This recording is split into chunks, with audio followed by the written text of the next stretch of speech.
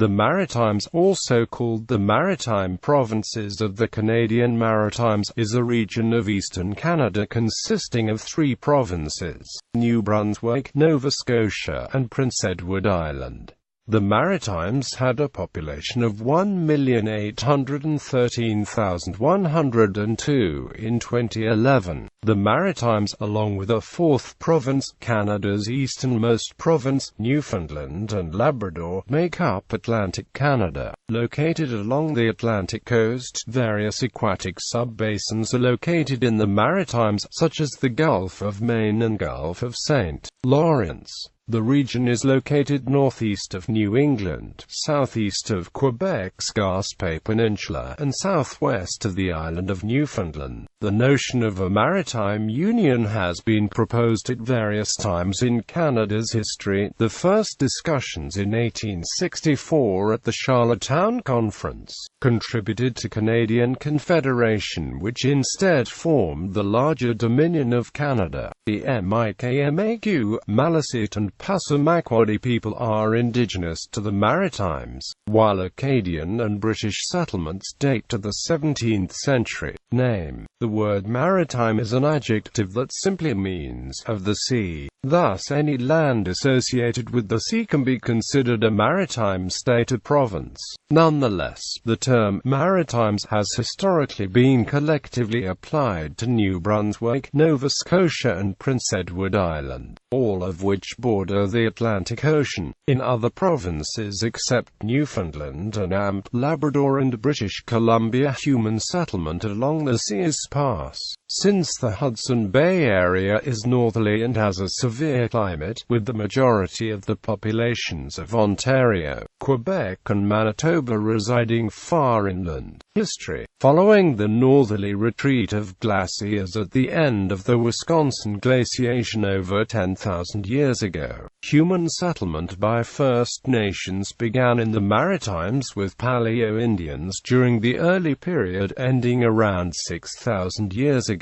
The middle period, starting 6,000 years ago and ending 3,000 years ago, was dominated by rising sea levels from the melting glaciers in polar regions. This is also when what is called the Laurentian tradition started among archaic Indians, existing First Nations peoples of the time. Evidence of archaic Indian burial mounds and other ceremonial sites existing in the St. John River Valley has been uncovered. The late period extended from 3,000 years ago until first contact with European settlers and was dominated by the organization of First Nations peoples into the Algonquin-influenced Abenaki Nation, which existed largely in present-day interior Vermont, New Hampshire, and Maine, and the Mi'kmaq Nation, which inhabited all of Nova Scotia, Prince Edward Island, eastern New Brunswick and the southern Gaspé. The primarily agrarian Maliseet Nation settled throughout the St. John River and Allagash River valleys of present-day New Brunswick and Maine. The Passamaquoddy Nation inhabited the northwestern coastal regions of the present-day Bay of Fundy. The Mi'kmaq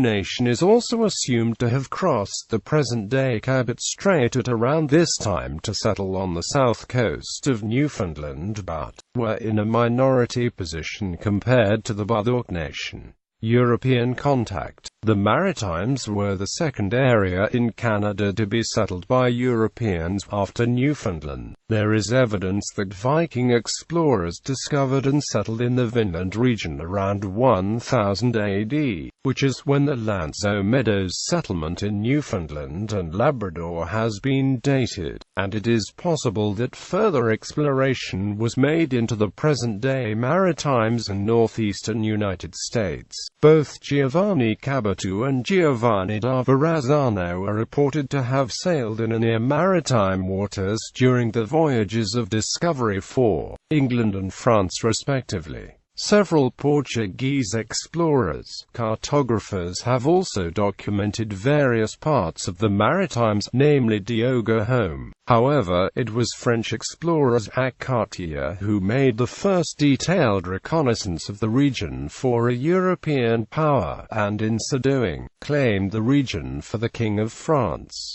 Cartier was followed by nobleman Pierre Duguay, Sieur de Mons, who was accompanied by explorer-cartographer Samuel de Champlain in a 1604 expedition where they established the second permanent European settlement in North America. Following Spain's settlement at St. Augustine, Champlain's settlement at St. Croix Island, later moved to Port Royal, survived, where the ill-fated English settlement at Roanoke did not, and predated the more successful English settlement at Jamestown by 3 years. Champlain went on to greater fame as the founder of New France's province of Canada, which comprises much of the present-day Lower St. Lawrence River Valley in the province of Quebec. Acadia. Champlain's success in the region, which came to be called Acadie, led to the fertile tidal marshes surrounding the southeastern and northeastern reaches of the Bay of Fundy being populated by French immigrants who called themselves Acadians. Acadians eventually built small settlements throughout what is today mainland Nova Scotia and New Brunswick, as well as Isle St. Jean, Isle Royal, and other shorelines of the Gulf of St. Lawrence, Indiana, present-day Newfoundland and Labrador, and Quebec.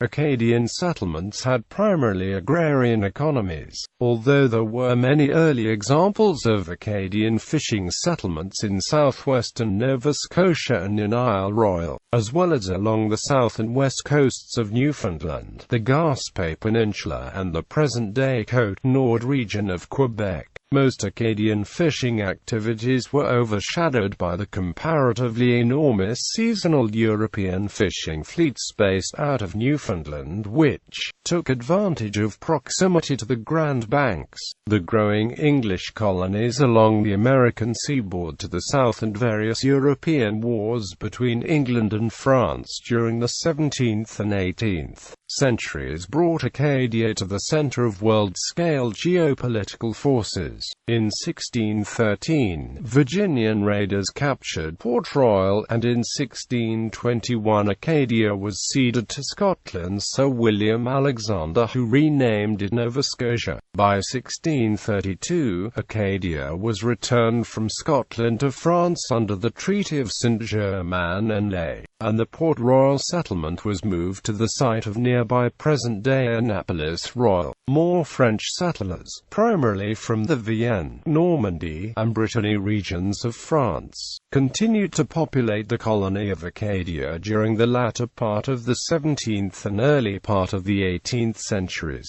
Important settlements also began in the Beaubassin region of the present-day Isthmus of Chignecto, and in the St. John River Valley, and settlers began to establish communities on Isle St. Jean and Isle Royal as well. In 1654, New England raiders attacked Acadian settlements on the Annapolis Basin, starting a period of uncertainty for Acadians throughout the English constitutional crises under Oliver Cromwell, and only being properly resolved under the Treaty of Breda in 1667 when France's claim to the region was reaffirmed. Colonial administration by France throughout the history of Acadia was contemptuous at best. France's priorities were in settling and strengthening its claim on New France and the exploration and settlement of interior North America and the Mississippi River Valley. Colonial wars. Over 74 years there were 6 colonial wars, which involved continuous warfare between New England and Acadia. Throughout these wars, New England was allied with the Iroquois Confederacy and Acadia was allied with the Wabanaki Confederacy. In the First War, King William's War, natives from the Maritime region participated in numerous attacks with the French on the Acadia-New England border in southern Maine. New England retaliatory raids on Acadia, such as the raid on Chignecto, were conducted by Benjamin Church. In the Second War, Queen Anne's War, the British conducted the conquest of Acadia. While the region remained primarily in control of Maliseet militia, Acadia militia and Mi'kmaq militia, in 1719, to further protect strategic interests in the Gulf of St. Lawrence and St. Lawrence River, France began the 20-year construction of a large fortress at Louisbourg on Isle Royale. Massachusetts was increasingly concerned over reports of the capabilities of this fortress,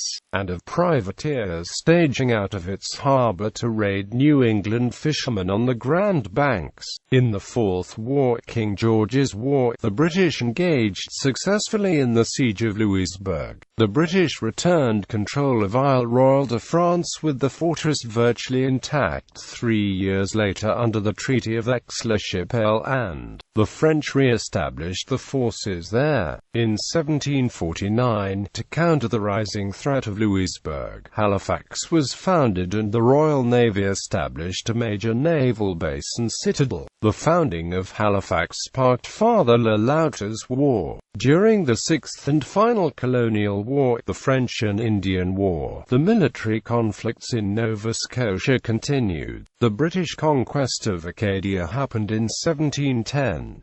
Over the next 45 years the Acadians refused to sign an unconditional oath of allegiance to Britain. During this time period, Acadians participated in various militia operations against the British and maintained vital supply lines to the French fortress of Louisbourg and Fort Beauséjour. The British sought to neutralize any military threat Acadians posed and to interrupt the vital supply lines Acadians provided to Louisbourg by deporting Acadians from Acadia. The British began the expulsion of the Acadians with the Bay of Fundy campaign. Over the next 9 years, over 12,000 Acadians were removed from Nova Scotia. In 1758, the fortress of Louisbourg was laid siege for a second time within 15 years, this time by more than 27,000 British soldiers and sailors with over 150 warships.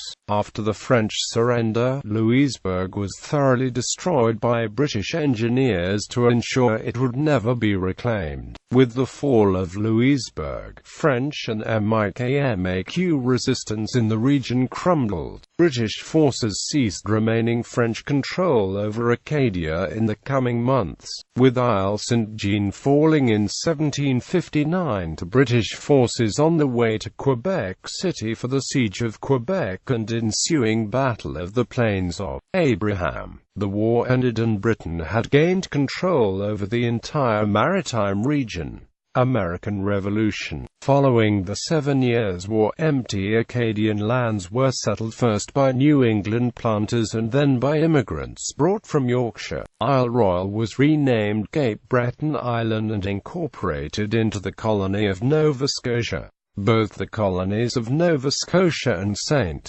John's Island were affected by the American Revolutionary War, largely by privateering against American shipping, but several coastal communities were also the targets of American raiders.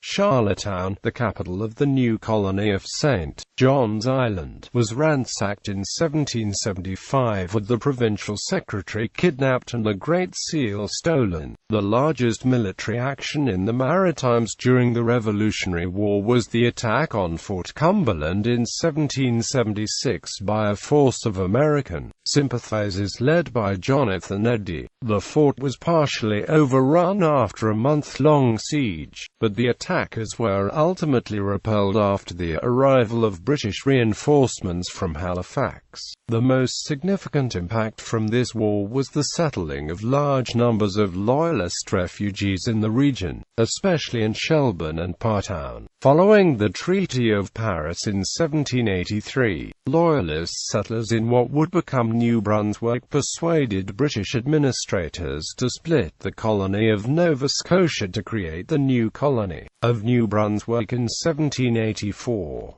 At the same time, another part of the colony of Nova Scotia, Cape Breton Island, was split off to become the colony of Cape Breton Island. The colony of St. John's Island was renamed to Prince Edward Island on November 29, 1798. The War of 1812 had some effect on the shipping industry in the maritime colonies of New Brunswick, Nova Scotia, Prince Edward Island, and Cape Breton Island. However, the significant Royal Navy presence in Halifax and other ports in the region prevented any serious attempts by American raiders. Maritime and American privateers targeted unprotected shipping of both the United States and Britain respectively, further reducing trade. The American border with New Brunswick did not have any significant action during this conflict, although British forces did occupy a portion of coastal Maine at one point. The most significant incident from this war, which occurred in the Maritimes, was the British capture and detention of the American frigate Chesapeake in Halifax. 19th century. In 1820, the colony of Cape Breton Island was merged back into the colony of Nova Scotia from the second time by the British government. British settlement of the Maritimes as the colonies of Nova Scotia, New Brunswick and Prince Edward Island came to be known, accelerated throughout the late 18th century and into the 19th century, with significant immigration to the region as a result of Scottish migrants displaced by the Highland clearances and Irish escaping the Great Irish Famine. As a result, significant portions of the three provinces are influenced by Celtic heritages, with Scottish Gaelic having been widely spoken, particularly in Cape Breton, although it is less prevalent today. During the American Civil War, a significant number of Maritimers volunteered to fight for the armies of the Union, while a small handful joined the Confederate Army. However, the majority of the conflict's impact was felt in the shipping industry. Maritime shipping boomed during the war due to large-scale northern imports of war supplies which were often carried by maritime ships as Union ships were vulnerable to Confederate naval raiders. Diplomatic tensions between Britain and the Unionist North had deteriorated after some interests in Britain expressed support for the secessionist Confederate South. The Union Navy, although much smaller than the British Royal Navy and no threat to the Maritimes, did posture off maritime coasts at times, chasing Confederate naval ships which sought repairs and reprovisioning in maritime ports, especially Halifax. The immense size of the Union Army, however, was viewed with increasing concern by Maritimers throughout the early 1860s. Another concern was the rising threat of Fenian raids on border communities in New Brunswick by those seeking to end British rule of Ireland. This combination of events, coupled with an ongoing decline in British military and economic support to the region as the Home Office favoured newer colonial endeavours in Africa and elsewhere, led to a call among maritime politicians for a conference on maritime union, to be held in early September 1864 in Charlottetown, chosen in part because of Prince Edward Island's reluctance to give up its jurisdictional sovereignty in favour of uniting with New Brunswick and Nova Scotia into a single colony. New Brunswick and Nova Scotia felt that if the Union Conference were held in Charlottetown, they might be able to convince island politicians to support the proposal. The Charlottetown Conference, as it came to be called, was also attended by a slew of visiting delegates from the neighbouring colony of Canada, who had largely arrived at their own invitation with their own agenda. This agenda saw the conference dominated by discussions of creating an even larger union of the entire territory of British North America into a united colony. The Charlottetown Conference ended with an agreement to meet the following month in Quebec City, where more formal discussions ensued, culminating with meetings in London and the signing of the British North America Act. Of the maritime provinces, only Nova Scotia and New Brunswick were initially party to the BNA Act. Prince Edward Island's reluctance, combined with a booming agricultural and fishing export economy, having led to that colony opting not to sign on. Major population centers. The major communities of the region include Halifax and Cape Breton in Nova Scotia, St. John, Fredericton and Moncton in New Brunswick, and Charlottetown in Prince Edward Island. Climate. In spite of its name, the Maritimes has a humid continental climate of the warm summer subtype, especially in coastal Nova Scotia. Differences between summers and winters are pretty narrow compared with most of Canada. The inland climate of New Brunswick is in stark contrast during winter, resembling more continental areas. Summers are somewhat tempered by the marine influence throughout the provinces, but due to the southerly parallels still remain similar to more continental areas further west. Yarmouth in Nova Scotia has significant marine influence to have a borderline oceanic microclimate, but winter nights are still cold even in all coastal areas. The northernmost areas of New Brunswick are only just above subarctic with very cold continental winters. Society and culture. Maritime society is based upon a mixture of traditions and class backgrounds. Predominantly rural until recent decades, the region traces many of its cultural activities to those rural resource-based economies of fishing, agriculture, forestry, and coal mining. While maritimers are predominantly of West European heritage, immigration to industrial Cape Breton during the heyday of coal mining and steel manufacturing brought people from Eastern Europe as well as from Newfoundland. The Maritimes also have a black population who are mostly descendants of African American loyalists or refugees from the War of 1812, largely concentrated in Nova Scotia but also in various communities throughout southern New Brunswick, Cape Breton, and Prince Edward Island. The Mi'kmaq Nations reserves throughout Nova Scotia, Prince Edward Island and eastern New Brunswick dominate Aboriginal culture in the region, compared to the much smaller population of the Maliseet Nation in western New Brunswick. New Brunswick, in general, differs from the other two maritime provinces in that its French population plays a significant role in the everyday cultural experience. Being the only officially bilingual province in Canada, many of New Brunswick's inhabitants speak both French and English, especially in Moncton and the capital region of Fredericton. Cultural activities are fairly diverse throughout the region, with the music, dance, theatre, and literary art forms tending to follow the particular cultural heritage of specific locales. Notable Nova Scotian folklorist and cultural historian Helen Creighton spent the majority of her lifetime recording the various Celtic musical and folk traditions of rural Nova Scotia during the mid-20th century, prior to this knowledge being wiped out by mass media assimilation with the rest of North America. A fragment of Gaelic culture remains in Nova Scotia, specifically on Cape Breton Island. Bay and New Brunswick share this historical tie to Gaelic culture with Nova Scotia, but it plays a far less significant role in the respective public provincial images. Canada has witnessed a Celtic revival in which many maritime musicians and songs have risen to prominence in recent decades. Some companies, particularly breweries such as Alexander Keith's and Moosehead, have played up a connection between folklore with alcohol consumption during their marketing campaigns. The Maritimes were among the strongest supporters of prohibition, and some predominantly rural communities maintain dry status, banning the retail sale of alcohol as a vestige of the original temperance movement in the region.